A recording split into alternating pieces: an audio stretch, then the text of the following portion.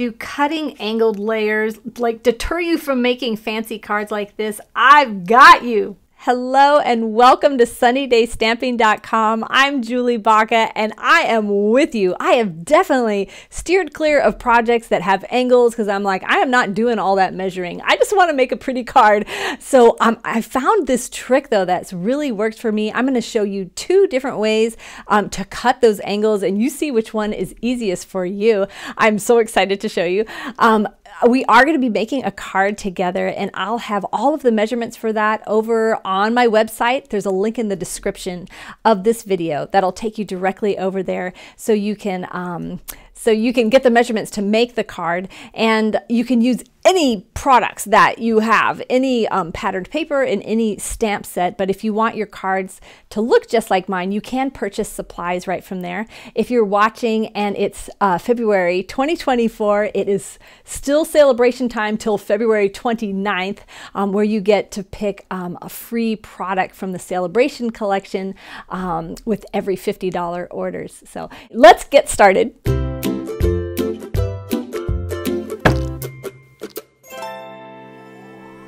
So I'm going to start by showing you how to cut this card base, and you're going to measure at 3 inches and you're going to either mark with a pencil, or I like to just use my little scoring blade just to come down just a bit. It's going to leave a little notch there. You can't see it, but I can see it. So you're going to mark 3 inches on this side, then you're going to rotate your paper 180 degrees to measure 3 inches on this other side and leave a little tick mark. And now you're going to put that little mark that you made in the top of your trough, and I'm gonna pull this up here so you can see, and you're gonna rotate the other mark in the bottom of the trough here, and we're gonna cut it. This is gonna give us 2 card bases, so you're gonna be able to make 2 cards with 1 cut. So now you're going to take one of those card bases and put the straight edge along the top of your trimmer, not the diagonal edge. And we're going to score that at 3 inches. And we're going to do a full score. I'm moving my cutting blade all the way out of the way so I don't get that. And then we're going to score it again. I'm going to move this arm out to 6 3/4.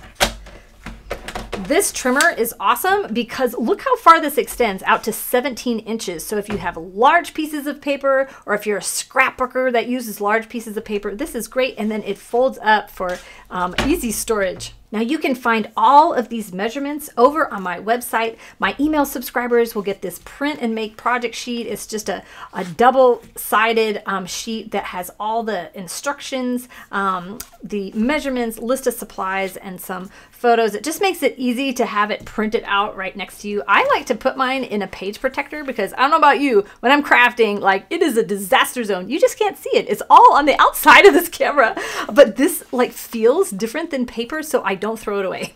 So let's go ahead and fold and burnish on these score lines here before I show you the tips on how to cut these angled pieces. So there are 2 easy ways. They're both easy. It's just what is the easiest for you. So you're going to cut your pattern paper, or you're going to stamp on paper, and you're going to cut them as what the measurements say, but you can see that this is not angled. Let me show you how to make this so easy. So if I want this piece to go on top of here, I'm going to take this corner, I'm going to match it up exactly to this corner and make sure it is straight along the edge of that fold line. I'm going to hold this firmly, turn it over, and I'm going to cut off the excess right here just with scissors. That's going to give me a nice cut because I'm using the card base as the guide. And then you can see as I shift this down, it is perfectly angled, the same angle, and it's got the great distance all the way around. I'm just going to go ahead and glue this one in place before we do the next one. Okay, so now let's cut for this piece. I'm going to show you the second way to do it. This is my preferred way because I'm not great at cutting. Okay, so you're going to take the corner again, and you're going to line it up with the highest corner of the angle, and then make sure those points are exactly lined up, and then shift your paper down so it is nice and aligned with the fold line there. Then just take a pencil and you're going to mark where this paper meets the card base angle here. And just put a little tick mark there. Now I bring in my paper trimmer and I'm going to put my finger right on that pencil mark. I'm going to put it right in the trough there. And then I'm going to rotate my paper down so that the point is in the trough over here. And then I'm going to cut. This just seemed like a faster way to me, but obviously this is personal preference. What is going to work for you? And you can see that that is perfectly, has the perfect margin all the way around. All right, I'm gluing that one in place, and I'm going to show you one more time how to do it because it is so easy, but you just need just a little practice. Okay, so we're going to take our paper. We're going to line up the corner with the highest corner. So not the lowest one, the highest one. Make sure it's flush all the way down. I like to put a little tick mark there, then slide it right into my trimmer. Get out of the way there.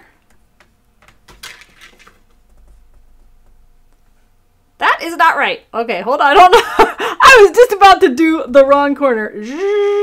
Okay, there, it's this corner. There we go. Okay, so I've got the mark there and the opposite corner here, and we're just slicing off that tiny bit.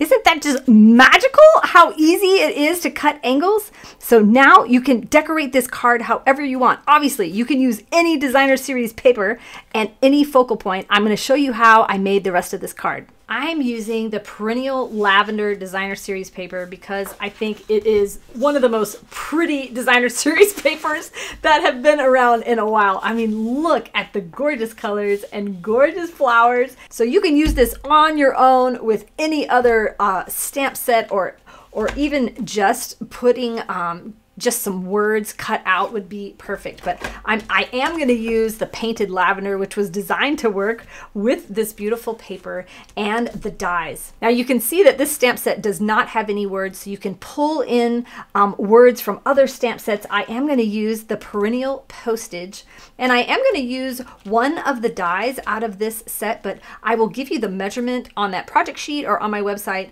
for if you just want to cut this out by hand instead of using a die set if you don't have this one. So you all know I like to keep my supply list low, so I'm gonna just use 2 colors. I felt like that's all you need, but you could definitely use a lot of other colors that are in that paper. But we're going to just stamp the lavender here, and then we'll do the stems in Lost Lagoon. And then I'm just going to stamp these words for the front of the card. You mean the world to me. I just love that. I love when they mix print and cursive. I think it's so pretty. So I cut this piece off camera. It's at that same technique of cutting the angles. And this is an optional piece, but I wanted somewhere to write and also to do some more stamping because I think this stamp set's so pretty. So it comes with this little grassy piece. And so I'm just going to stamp along the bottom. And when you use this, you want to make sure you are stamping off the paper so there's not a white line along the bottom here. So, and just kind of overlap it. It doesn't really matter. This is so whimsical. And then inside that stamp set, where did that go? Here, let me show you this. So there's the little grass, and then this little tiny one are just these little delicate little flowers, and we're just going to stamp and then stamp again. You're going to do these at different heights so that it just looks like a meadow full of lavender. And you can just stamp and stamp off, and that way with one ink pad you can get several different tones when you stamp and stamp off again. Those look a little too like spaced out for me, way too even, so I'm going to add another full strength one there. There we go. And now I'm going to pull in one more set of words out of this set to just stamp right above here. I love the words in this set. Look at that. Now, before we put our inks away, let's go ahead and decorate this envelope because we don't want to send any naked envelopes in the mail. It just makes people so happy when they see this beautiful card coming out of the mailbox. Now, you can see I stamped and I stamped again, and now I want to put another half strength one. So I inked it up. I'm going to stamp off and then stamp on there. That just gives that two-tone of the same color. And then this has these cute little butterflies, so we're going to just do like that. No. We gotta put another set right here. There, that's better. So like I said earlier, we're going to use the dies to cut these out. If you don't have the die set, you could definitely cut those out by hand. And then I'm gonna use this little postage, perennial postage, because I think it's so pretty. And look at all the different graduated sizes you get. I love that. But I'll give you that measurement in case you want to cut that out. So now we're just going to take a couple of these pieces from this painted lavender die set. This is just going to add some little whimsical foliage to make a beautiful bouquet. And this is so quick and easy to do. And I've got a tip to show you how to put this all together. So one thing when you are die cutting, so we just die cut through this way, I'm going to flip this over. And I'm going to rotate it, or just one or the other. This is going to make my my die cutting plate last longer. And instead of me putting these all in the center, because I can fit this along the edge, I'm going to do that because the middle of the plate definitely wears out faster, because with big dies you don't have anywhere else to put them except for the middle.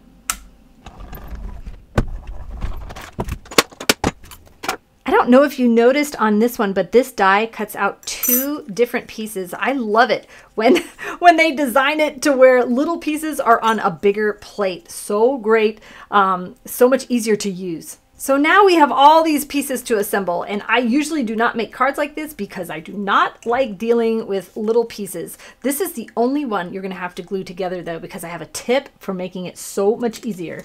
I use just a piece of tape, and I'm gonna be able to do this because this this greeting is gonna cover this up. And so what I'm gonna do is put the tape on my work surface with the sticky side up.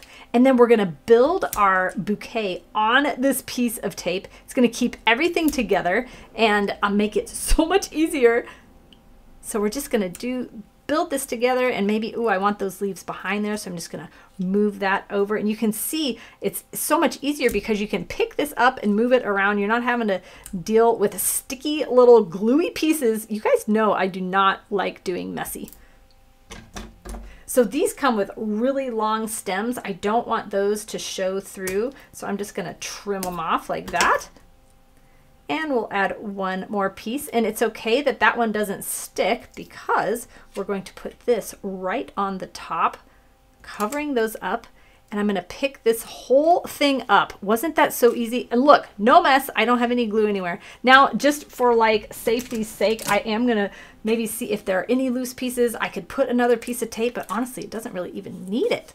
So one design tip when you're doing your bouquets, make sure, and I didn't do a great job because these are both the same length. I think I would want one to be taller, but you know what? It's stuck in there, so I'm not really going to mess with it. But you want them to be taller and shorter, like differing lengths. And you see how some are on the underside of this focal point and some are on top. That just makes it more interesting also. So we're going to bring our card base back in, and I just want to show you where to put the colored panels. And I'll have a picture of this on the website too. So they're here, and then when you turn it over, there's just the one on the back. So that, I mean, it's going to make sense when you fold it up that you want all the colored pieces on the front. And then the one that we stamped, I'm going to put this right here so you can sign on this. Now, if you don't want to mess this pretty piece up, which I really would not want to, I would just put another panel on the back here. You would just cut it the same, but cut it the same length, but you're going to measure it the tip to tip here and cut it at this angle, obviously.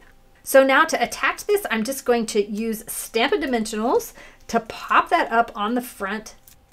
These are just going to give it a little bit of lift off the paper, which is going to create a shadow, which will always make it look awesome.